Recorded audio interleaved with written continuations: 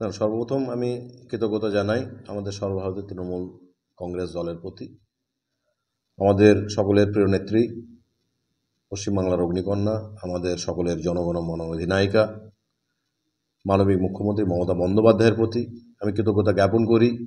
আমাদের পশ্চিমবাংলার সবুজ সেনাপতি যুবরাজ অভিষেক বন্দ্যোপাধ্যায়ের প্রতি এবং কৃতজ্ঞতা জ্ঞাপন করি বহরমপুর মুর্শিদাবাদ সাংগঠনিক জেলার বলিষ্ঠ সভাপতি অপূর্ব সরকার ডেভিড মহাশয়ের প্রতি, যে তারা আবারও আমাকে ভরতপুর 2 নম্বর ব্লক তৃণমূল কংগ্রেসের সভাপতি পদে পুনর্বহাল করেছেন।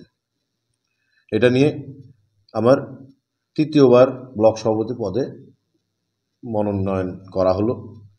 আপনারা জানেন 2014 থেকে 16 টার্ম আমি একসময় তৃণমূলের ব্লক সভাপতি ছিলাম।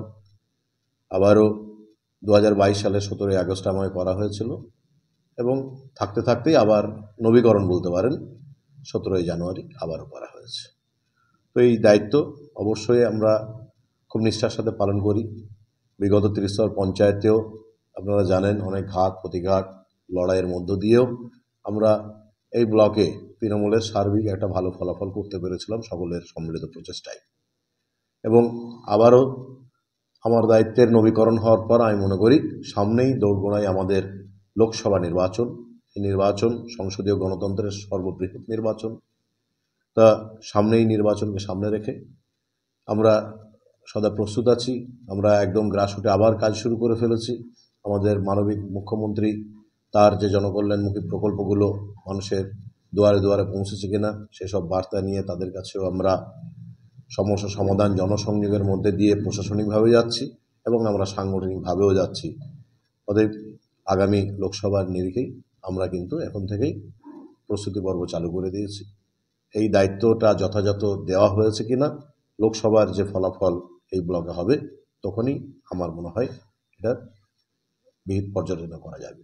দাদা, আমাদের যে বহরমপুর লোকসভা কেন্দ্র, এটা দীর্ঘদিন অধীর গড় হিসাবে একটা কি হয়ে আছে পরিচিত। তো এই যে লোকসভা, এই সামনের যে লোকসভা নির্বাচন আসছে, এই লোকসভা নির্বাচনে এই অধীর গড়কে ভাঙার জন্য আপনার ব্লকে কি কি দায়িত্ব পালন করবেন? দেখেন, অধীর গড় হয়তো তিনি বিগত অনেক দিন থেকেই সেই 99 সাল থেকে 2024 পর্যন্ত টানা 5 বছর সাংসদ আছেন, কিন্তু এই অধীর গড় এটা একটা মিথ তৈরি হয়ে গেছে। এই অধীর গড়ের আর কিছু নাই। আজকের দিনে 30 স্তর পঞ্চায়েত বলেন, বিগত বিধানসভা নির্বাচন বলেন, যেখানে বিধানসভা নির্বাচনে অধীর গড়ের ম্যাক্সিমাম সব বিধানসভাগুলোই যখন আমাদের অনুকূলে এসে গিয়েছে, অতএব এই অধীর গড় যে দুর্ভেদ্য গড় তা নয়। সেই দুর্ভেদ্যতা কাটিয়ে আমরা অধীর গড়কে তছনছ করে দিয়েছি।